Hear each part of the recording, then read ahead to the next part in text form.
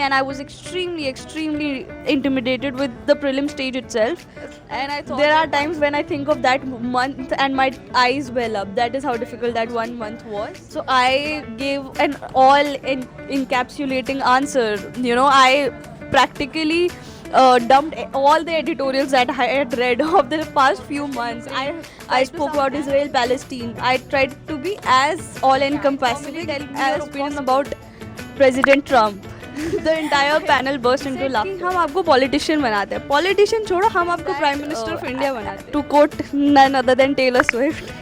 All these mock interviews that I would go to, they would read Miranda House and they would instantly be interested in talking to me.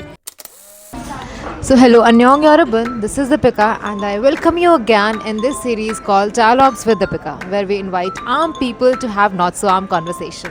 The guest who is joining us has secured All India Rank 809 in this Civil Services Examination 2025. I'm pretty much excited about this episode particularly because the person who's joining me is my friend from Miranda House wale then, and I'm very elated to have you here with us. Thank you, Vanshika, for joining us. Thank you so much, Deepika, for having me. I'm quite excited about this conversations, and thank you for hosting me here. It's all my pleasure. Thank you for making the time. So, before we begin, I would like you to introduce yourself to our viewers and tell us who's Vanshika beyond all those achievements, all those medals. I think firstly, not to speak about myself in third person, but I think Vanshika at her core is someone who has a very impressionable core. She gets inspired very easily by ideas, people, developments in pop culture, in the literature world, across fields. So I think I am someone who, like, if you sit with me for a conversation and if you manage to stimulate one emotional or intellectual chord in me, I would keep thinking about you for weeks. That is the kind of person that I am. Which is also why I get really obsessed with ideas and people, UPSC being one of them. So, intellect is something which interests you. Intelligence is something which interests you. Intelligence in it could be in any factor. It could be in any genre, right? Okay. So let's start from the beginning as in how have you been like a child, because the moment I met her I knew her as someone who's been CBSE 12th class AIR 3 but have you been bright ever since, like as a child and everything like that? I think I have been a reasonably bright student for the better part of my academic history, last 10 years or so. But before that, you know, approximately around class ninth, that is when I started developing an interest in academics. Before that, I was pretty much an average or below average student. I was petrified of mathematics and science in those years, in middle school basically. But then, as I was growing up, I realized that I needed, as one grows up, one tries to look at things that can make one feel confident in oneself. I think academics was one of those things. I realized that if I had to feel important in society, I needed to study, and that was the only thing that could bring validation to me. I think subconsciously that is why I started studying. So I think around class ninth I started developing a major interest in academics, and I did suddenly extremely well in the class ninth examination from my in comparison to my class 8th examination. And once I had tasted that, that smidgen of success, I realized that I can't go back from this. So the very next exam I again performed comparatively poorly in class ninth, and I was so ashamed of myself. I was like, this can't be my life. I have to go back to what happened a few months ago. So I think since then I made it a point that I at least try from my end to do good in academics and otherwise also. I started living my life very intentionally. Everything that I do, my friendships, my relationship with my family, academics, everything, I do it very intentionally ever since. Okay. So I got lost. I know. Okay, तुम्हारा question क्या पूछा था? Okay, so I got the idea, but along with her academics, she has been giving a little push to her creative angle as well. So along with her boards exam, she has been working on a book, and she got her book published. The name was The Mother at Age 19. So I want you to introduce us to your creative world, to our viewers. How have you been into this field, and are you still active? And if you are, then where? And are you still writing on some books? And let us know about your book as well.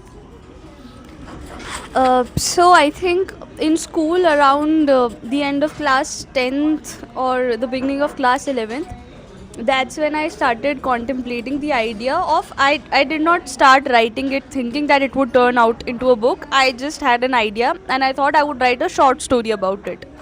And I wrote it, and then I thought that maybe there are some factors that need to be factored in at multiple places, so I put them there. I developed these intricacies, so all of that was happening, and then it got slightly longer than I had anticipated.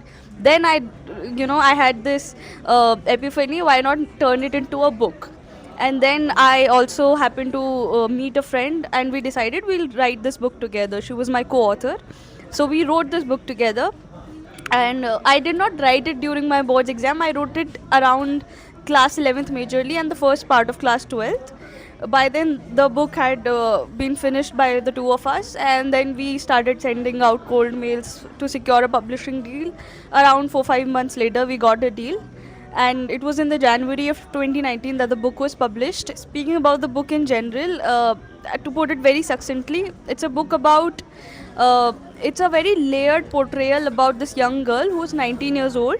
Her name is Ashna. She's a college student in Delhi, and much like any other college student, she has some expectations from her life, some pressures upon her, all of that, things that most people would resonate with.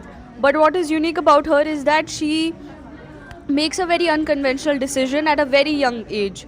Motherhood in itself, firstly, uh, in her case, when it was chosen by her and not thrusted upon her, that too at such a young age, this decision invited some amount of societal flack. And the child in question, her child, she's a little baby, 3 months old, a little girl. She also has a very layered history in her short lifespan, which is also very integral to the narrative of the book. And that narrative intertwines with the story of Ashna, who experiences a few developments in her family, in her college, in her interpersonal relationships with her friends. So I think both these stories merge together, and it deals with themes like motherhood, like agency, like what it takes to be the black sheep in the family, to have the chutzpah to do what you want to do against the grain.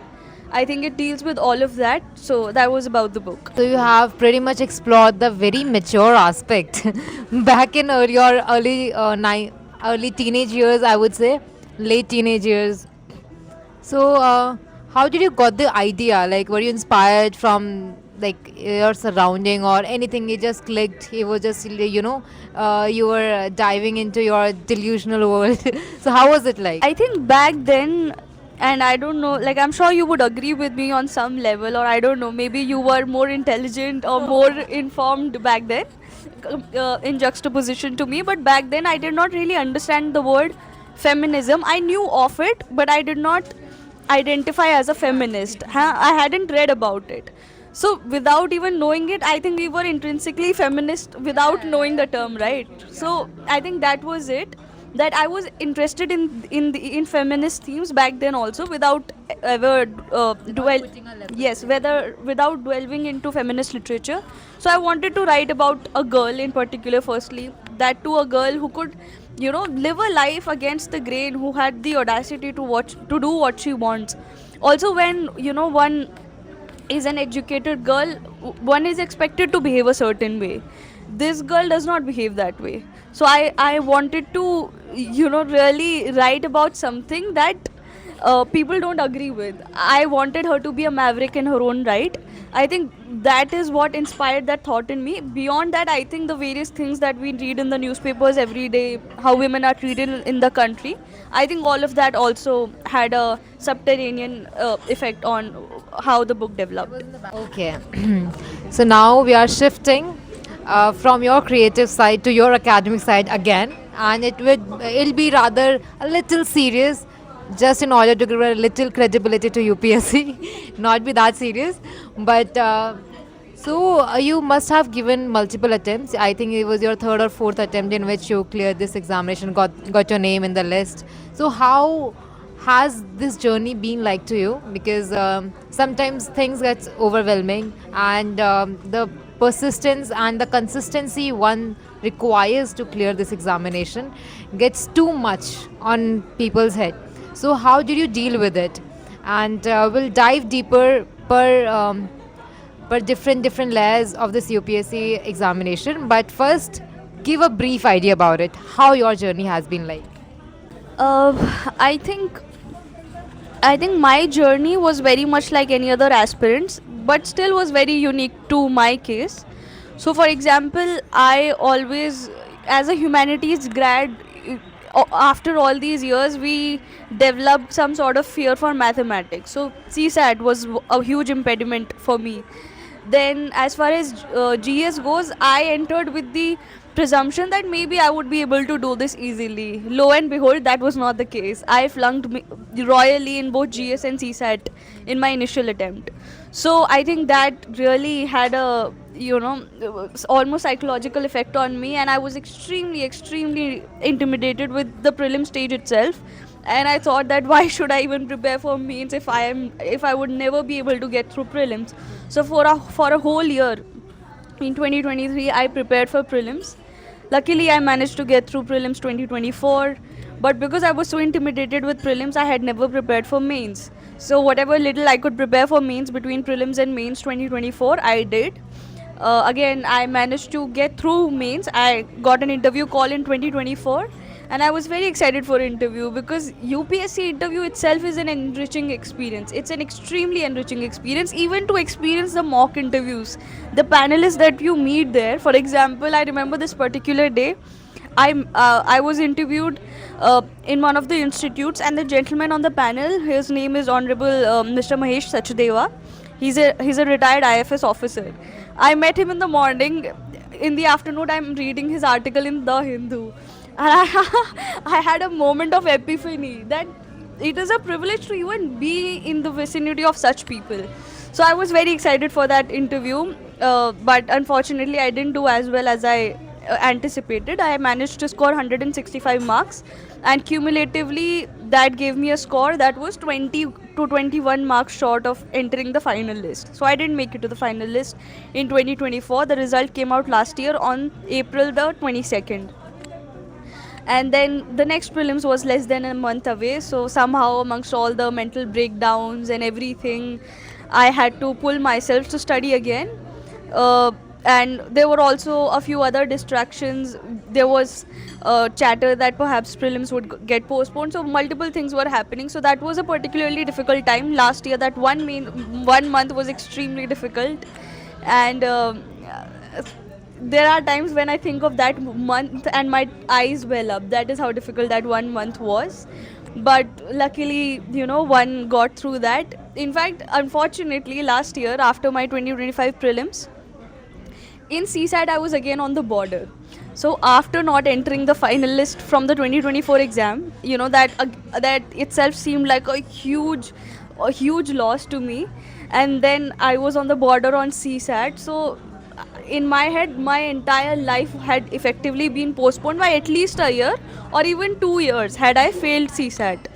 So, in the anxiety about the prelims result, I remember I had developed fever also because I was so scared that I cannot fail this prelims. But luckily, I managed to get through prelims.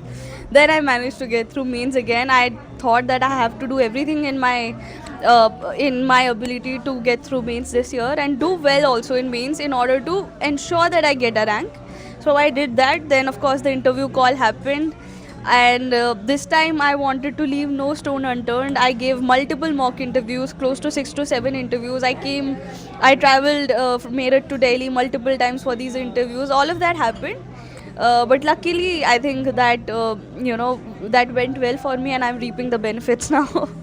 Yeah, so I'm really happy for you, and again, congratulations for getting your name after such a long time, after consistent efforts and hard work. I truly appreciate that you finally made your name in that list. So you have already mentioned about how your prelims and mains journey has been like. Was there any fun part? Like I want you to tell our viewers regarding the fun part during interview. So if I were to speak about my real interview, my UPSC interview this time, it was actually a very fun interaction. I was second last to go into the interview room. It was about 4:30 in the evening.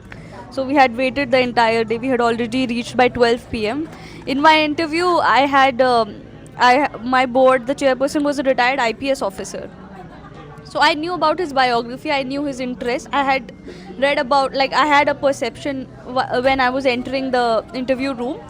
And but the questions that he asked me initially were quite academic. He asked me about, things that are expected of an officer, things like that.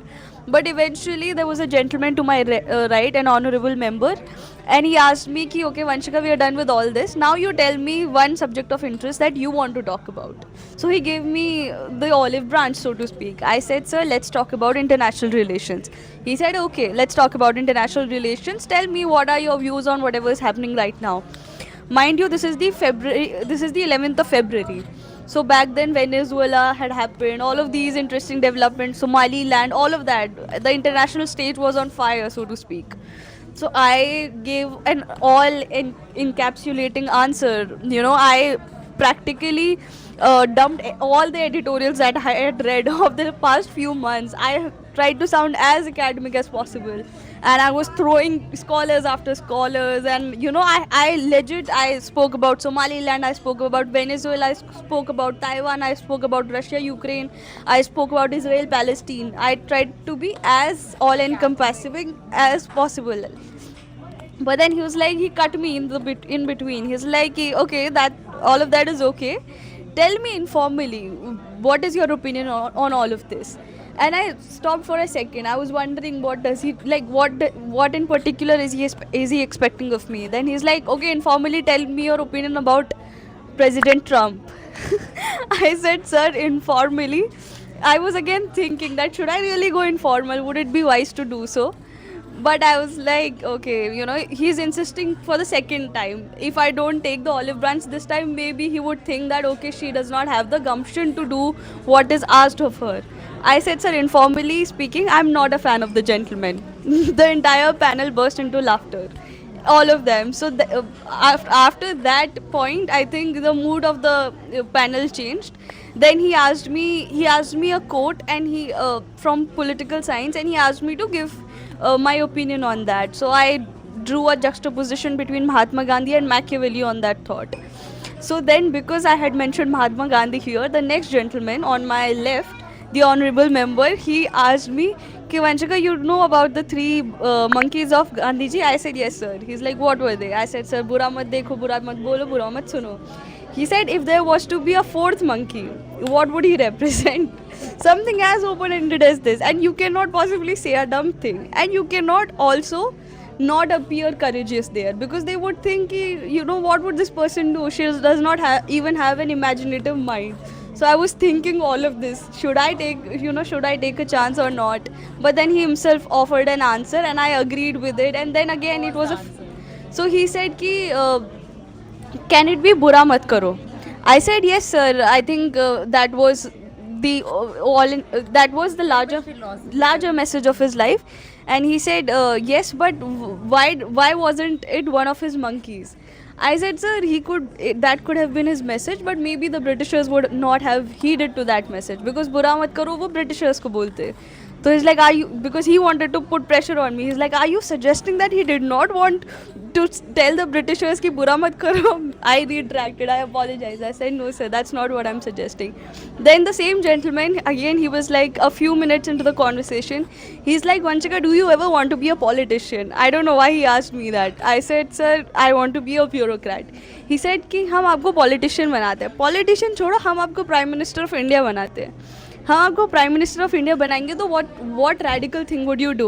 Again, in my head I'm thinking, should I really go radical? Because you can't say radical thing. You're not interviewing to become an activist. You're interviewing to become a bureaucrat, and a bureaucrat by its very nature is status quoist. You have to maintain the system, right? So you can't go radical.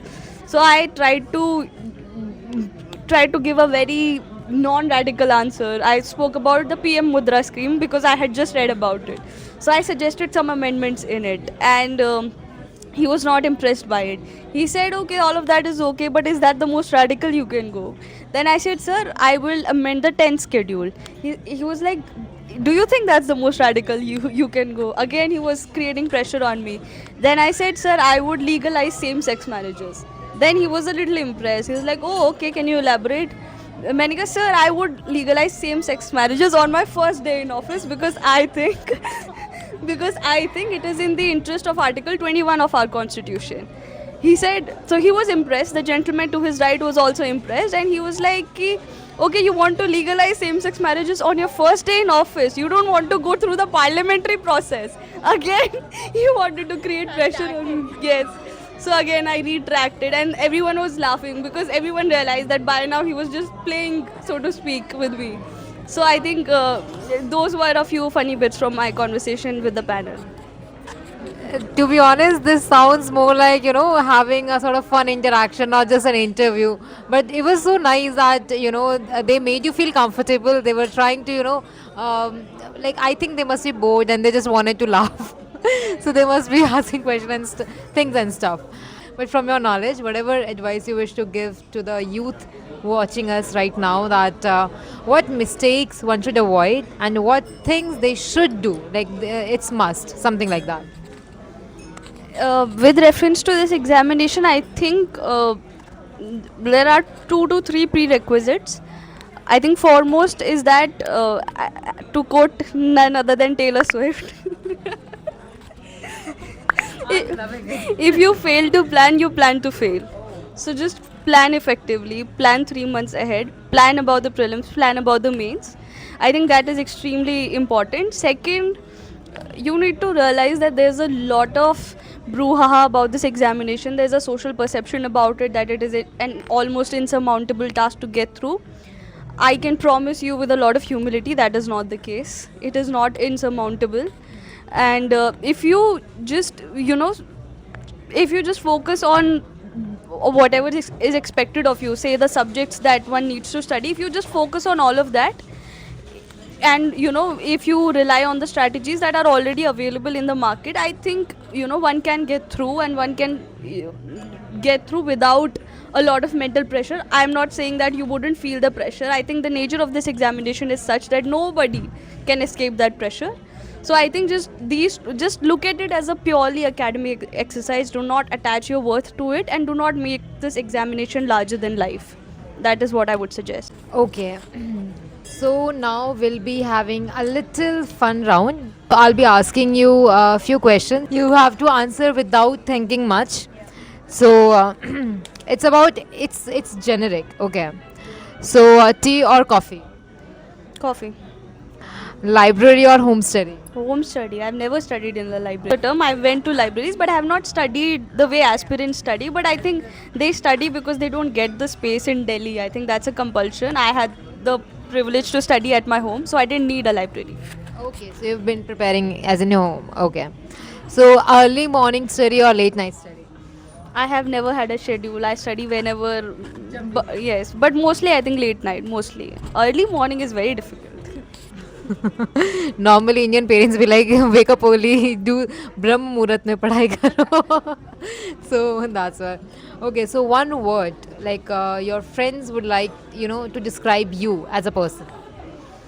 I don't know really. I would hope that they describe me as a good friend. That is what I want to be. Okay, a good friend. Okay.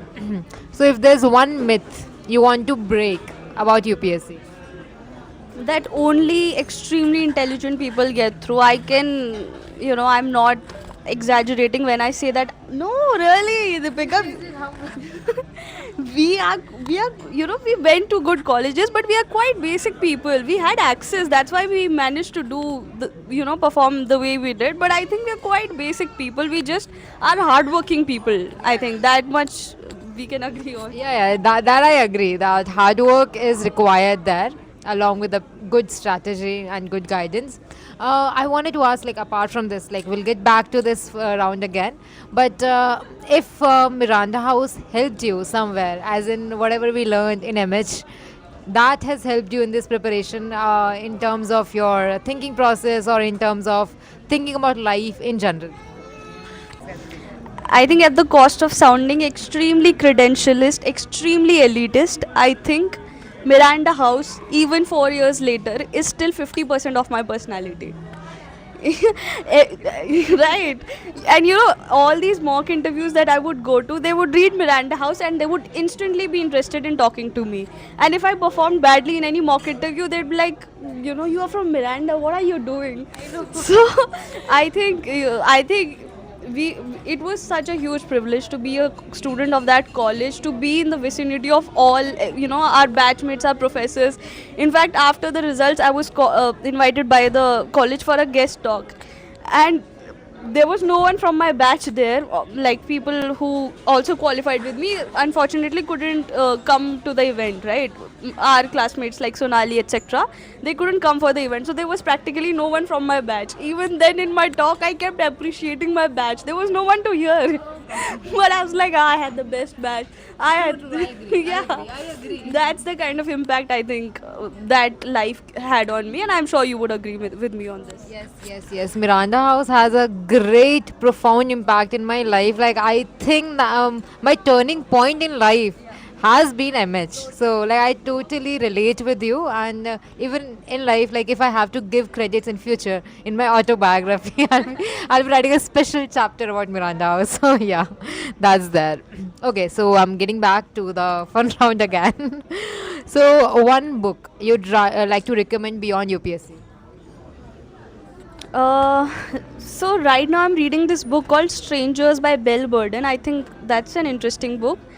Other than that, I think one book that really, you know, I don't know really, but like really stayed in my head was, I think, Arundhati Roy's memoir, Mother Mary Comes to Me. It is a very wildly written book. It's There's a particular portion in the end. I don't want to give any spoilers, but anyone who reads it, yes, I think it messed up with my mind, that book. I'm definitely gonna read that one because it's on my list. It's been on my list for such a long time, so I'll be reading that very soon. One phrase that carried you through your difficult times during the preparation, specifically. This line on Instagram last year: "You are the woman that your entire bloodline had been waiting for." It blew my mind. Mic drop moment, yeah. Okay, so rank or resilience, what matters more? I think I think resilience matters to get a rank. I think both matter. Why? I think both. So this is it. Now we are wrapping it all up. Thank you, Vanshika, for joining us. It's been such a lovely meetup, actually, not just a podcast thing, I would say. But it's been great knowing all the factors, whatever helped you achieve this rank, and your shortcomings, your preparation phases. And I think you guys must have learned something from her life. So thank you so much for joining us. And stay curious, stay open, and keep having not so conversation with everyone, because everyone carries the stories with them. So I'll see you in the next dialogue. Till then, do not forget to like, share, and subscribe. And goodbye.